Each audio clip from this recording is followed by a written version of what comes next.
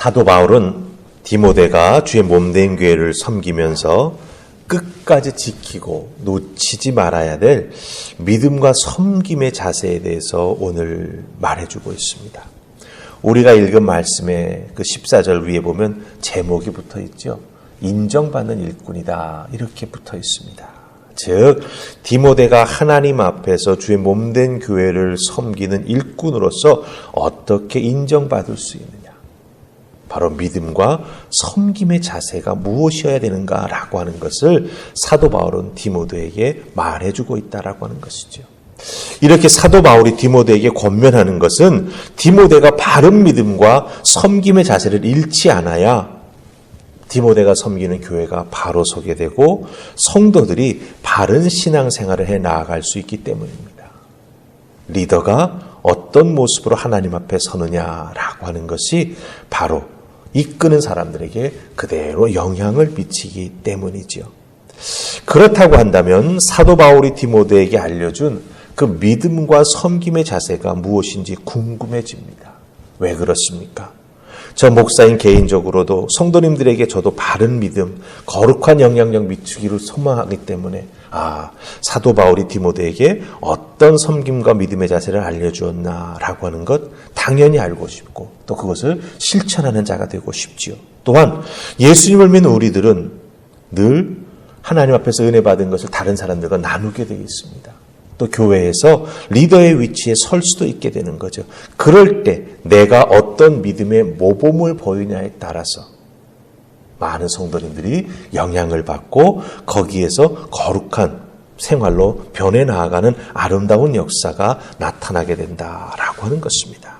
그렇기 때문에 내가 바른 신앙생활하고 하나님 앞에 바른 섬김을 해 나아가기 위해 오늘 주신 말씀 잘하는 것이 참 중요합니다.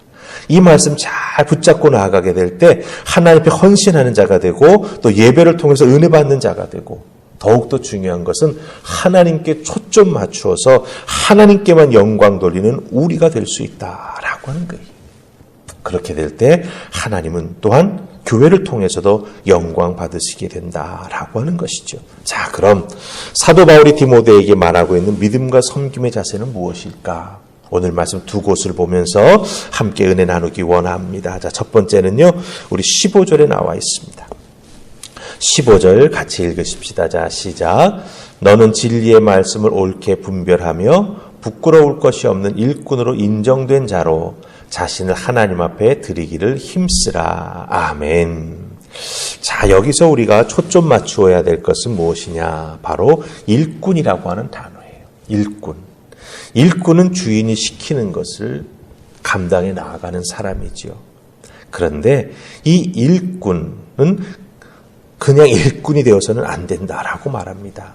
사도 바울은 하나님께 인정받은 일꾼이 되어야 된다, 이렇게 말하고 있습니다. 주인이 인정하지 아니하면 그 일꾼은 허들의 말 맞습니다. 주인에게 인정받을 때 그 일꾼은 점점 중요한 일을 맡게 돼 있다라고 하는 것이죠. 그렇기 때문에 하나님께 인정받는 일꾼이 되어야 된다, 이렇게 말하고 있습니다. 그럼 하나님께 인정받는 조건이 있을 것 아닙니까? 무조건 인정해 주시는 건 아닐 것 같아요. 그렇지 않습니까? 오늘 말씀 속에 보면 그 인정받는 종의 조건이 나와 있습니다. 15절 앞부분에 보면 뭐라고 말합니까? 진리의 말씀을 옳게 분별해서 그 말씀 앞에 부끄러움 없는 종이 되라, 이렇게 말씀하고 있습니다. 일꾼이 주인의 말, 주인의 명령을 마음대로 이해하고 마음대로 해석하고 마음대로 행동하면 큰일 나죠. 주인이 무슨 말을 하는지 바로 알아들어야 바른 일을 할 수 있습니다. 주인이 곡식을 추수해라, 이렇게 말했는데 이 종은 추수는 칼로 자르는 거니까 그럼 이걸 잘라서 버리란 소린가? 이런 식으로 이해하고 해석하고 행동했다면 그 주인은 큰 손해를 입게 됩니다. 추수한 다음에는 어떻게 돼요? 탈곡해서 곡식으로 잘 거두어 드려야 되는데 이 종은 그걸 잘못 이해한 것이죠. 잘라버리라고? 그렇게 되면 어떻게 됩니까? 그것 곡식해서 먹을 양식이 없게 되는 거죠. 그런 의미에서 우리들은 성도이지 않습니까? 성도는 하나님 말씀에 귀 기울이는 자들입니다. 그리고 하나님 말씀이 무엇을 뜻하는지 바르게 이해하기 위해서 말씀을 읽고 묵상합니다. 때로는 부족한 것을 채우기 위해서 말씀 공부, 성경 공부하는데 시간을 내어 투자합니다. 경건서적을 사서 읽기도 하면서 하나님 말씀 바르게 이해하고 분별하기 위해서 여러 가지를 애쓰고 수고합니다. 이런 것들을 통해서 우리가 바른 믿음을 소유하기 위해서 애쓰고 수고할 때 우리는 하나님 앞에 인정받는 일꾼이 될 수 있다라고 하는 것이죠. 그래서 자기가 정말 하나님 말씀 가운데 은혜 받고 열심히 공부하고 바르게 분별하는 것을 기준 삼아서 그것을 실천해 나아가는 일꾼이 될 때야 하나님 앞에 인정받는 일꾼이 될 수 있다라고 하는 것입니다. 하나님 말씀에 대한 무지와 나만 잘 알고 있다라고 생각하는 독서는요, 실수하기도 쉬울 뿐만 아니라 또한 가만히 영적으로 들여다보면 사탄의 교묘한 도구로 잘못된 길로 들어갈 수 있다라고 하는 거예요. 그렇기 때문에 우리는 바르게 하나님 말씀을 잘 배우고 실천하는 하나님의 일꾼이 되어야 한다라고 하는 것. 그래야만 하나님 앞에서 바른 믿음 생활할 수 있고 귀하게 쓰임받을 수 있는 하나님의 자녀가 될 수 있다라고 하는 것 꼭 기억하시기를 주님의 이름으로 부탁을 드립니다. 자, 사도 바울이 또 하나 디모데에게 부탁하는 것이 있습니다. 어떤 섬김과 믿음의 자세를 가져야 하는가? 19절 말씀 보십시다. 자, 19절 같이 읽습니다. 자, 시작. 그러나 하나님의 견고한 터는 섰으니 인침이 있어 일렀으되 주께서 자기 백성을 아신다 하며 또 주의 이름을 부르는 자마다 불의에서 떠날지어다 하였느니라. 아멘. 이 19절 말씀 속에서 우리가 깊이 생각해 보아야 될 부분은 뭐냐 하면 주의 이름을 부른다라고 하는 이 표현이에요. 주의 이름을 부른다.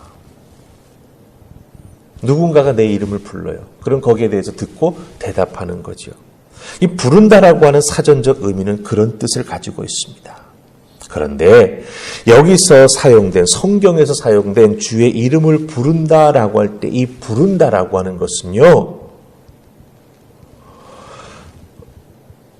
누군가가 나에게 너 이름이 뭐야? 라고 물으면 제 이름 뭐예요? 라고 말해서 그 이름을 대는 것을 말합니다. 이름 대는 것. 그러니까 주의 이름을 부른다라고 하는 것은 무엇을 의미합니까? 누군가에게 너 예수 그리스도 믿어? 그럼 거기에 대한 대답을 하는 거예요. 너 교회 다녀? 교회에서는 도대체 무엇을 믿어? 라고 할 때 예수 그리스도를 믿어, 하나님을 믿어. 그런데 예수님은 이런 분이고 하나님은 이런 분이야. 이것을 말해줄 수 있어야 돼. 그것을 댈 수 있어야 된다라고 하는 거예요. 그러니까 여러분들, 이름을 부른다, 이름을 댄다라고 하는 것은 내가 믿고 있는 바에 대한 구체적인 깨달음과 체험이 없으면 될 수가 없어요. 확신과 자신이 없으면 내가 예수 믿는 사람이다. 예수님은 이런 분이다. 이렇게 우리가 그 부분에 대해서 말하거나 그 이름을 언급하거나 그 이름을 댈 수가 없다라고 하는 것이죠. 그렇기 때문에 주의 이름을 부른다라고 하는 것은 예수님의 이름을 누군가에게 대는 것, 말해주는 것, 설명해 주는 것을 의미합니다. 즉 자기 자신 예수 그리스도를 믿는 사람, 크리스찬이요 성도임을 망설임 없이 부끄러움 없이 밝히고 고백하는 것, 그리고 더 나아가서 내가 믿는 예수님은 이런 분이라고 설명하고 증거할 수 있는 자리에까지 나아가는 것, 그게 바로 믿음과 섬김의 바른 자세가 된다라고 사도 바울은 디모데에게 이야기해주고 있고, 또한 이 말씀을 읽고 있는 오늘의 우리들에게도 권면해주고 있다라고 하는 거예요. 누군가 여러분에게 뭐 믿으세요? 무슨 신앙생활 하세요? 그럼 여러분 뭐라고 대답하시겠어요? 교회 다녀요는 정답이 아니에요. 절에 다녀요나 마찬가지예요. 그럼 뭐 믿으세요? 라고 했을 때 예수 그리스도를 믿습니다. 하나님을 믿습니다. 그러기에 저는 그리스도인입니다. 이게 정확한 답변이에요. 그게 이름을 대는 거예요. 그와 같은 분명한 우리들의 믿음의 고백과 또한 내가 믿고 있는 것에 대한 확신이 없다면 우리는 주님의 이름을 부를 수가 없습니다. 늘 다른 사람이 불러주는 것을 듣는 것으로 만족하는 신앙생활을 한다라고 하는 거예요. 사도 바울은 다른 사람이 주님의 이름 불러주는 거 들으면서 만족하는, 대리 만족하는 그런 신앙생활 하지 말라 우리에게 말씀해 주고 있습니다. 그런 의미에서 여러분들은 정말 하나님 앞에 인정받는 일꾼, 그런데 말씀을 잘 분별해서 알아야 인정받는다. 제가 말씀드렸죠. 또 하나 19절에서 무슨 말씀드렸습니까? 주의 이름을 부르는 사람, 주의 이름을 댈 줄 아는 사람. 그와 같은 믿음의 모습이 우리에게 있을 때 그 모든 것을 잘 감당해 나아가는 바른 믿음, 섬김의 자세를 가진 그리스도인이 될 수 있다라고 하는 겁니다. 이 바른 믿음, 바른 섬김의 자세는요, 바른 일꾼이 되는 것이고 주님의 이름을 바르게 되는 것인데 이건 그냥 되지 않습니다. 하나님 말씀 귀하게 여기고 하나님 말씀에 가까이 가기 위해서 더욱더 말씀 읽고 묵상하고 잘 배우고 그리고 주님의 이름을 부르기 위해서 주님의 이름을 대기 위해서 봉사하고 헌신하고 열심히 기도 생활에 나아가는 가운데 하나님 주시는 체험이 있게 될 때 우리는 주님의 이름을 담대히 댈 수 있다라고 하는 것 꼭 기억하시고 여러분의 믿음의 삶의 자리에서 하나님 앞에 저는 참되고 바른 신앙생활하는 믿음의 사람 되기를 소망합니다. 하나님 배워 깨달아 알게 하시고 나를 만나 주셔서 하나님을 깊이 알고 주님을 깊이 인격적으로 만나는 그 체험을 통하여 예수 그리스도의 이름을 바르게 되며 바르게 믿고 살아가는 하나님의 자녀 될 수 있도록 복 주시옵소서. 이 새벽 꼭 기도하는 여러분 되시기를 주님의 이름으로 축복합니다. 아멘. 우리 기도하십시다. 좋으신 하나님, 우리는 주일날 교회만 잘 나오면 바른 신앙생활 한다라고 생각합니다. 그러나 조금만 어렵고 힘든 일이 생기면 혹은 시험에 들게 된다면 우리는 여지없이 흔들리는 모습을 발견하게 됩니다. 주일 예배 빠지지 않고 나오는 것도 참 귀한 것이지만 거기에서 한 발자국 더 나아가 훈련받음으로 하나님께 인정받는 일꾼이 되는 것, 훈련받음으로 주님의 이름을 내가 제대로 부르고 제대로 될 수 있는 하나님의 사람이 되는 것, 그것이 또한 참으로 중요한 믿음의 모습이 됩니다.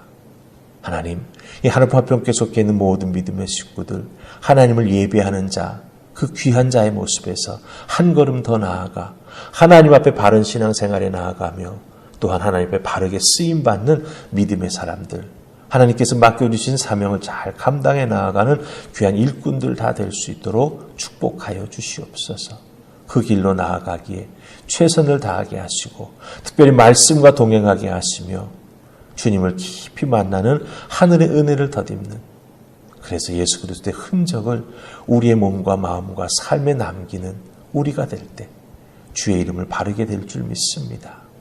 요즘처럼 어렵고 힘든 세상 속에서 하나님 말씀 붙잡지 않으면, 하나님 말씀 바르게 될 수 있는 믿음의 모습 없다면 우리가 어떻게 견뎌낼 수 있겠습니까? 꼭 기억하게 하옵소서. 하나님 말씀 잘 분별해야 하나님 이름 잘 될 수 있도록 내가 준비되어 있어야 믿음으로 이겨나가는 우리가 된다라고 하는 것 기억하고 2021년 마치면서 이 부분에 아쉬운 부분이 있다면 2022년에는 그 아쉬움을 꼭 만회해 나아가는 우리가 되게 하여 주시옵소서. 감사하오며 예수님 이름으로 기도하옵나이다. 아멘.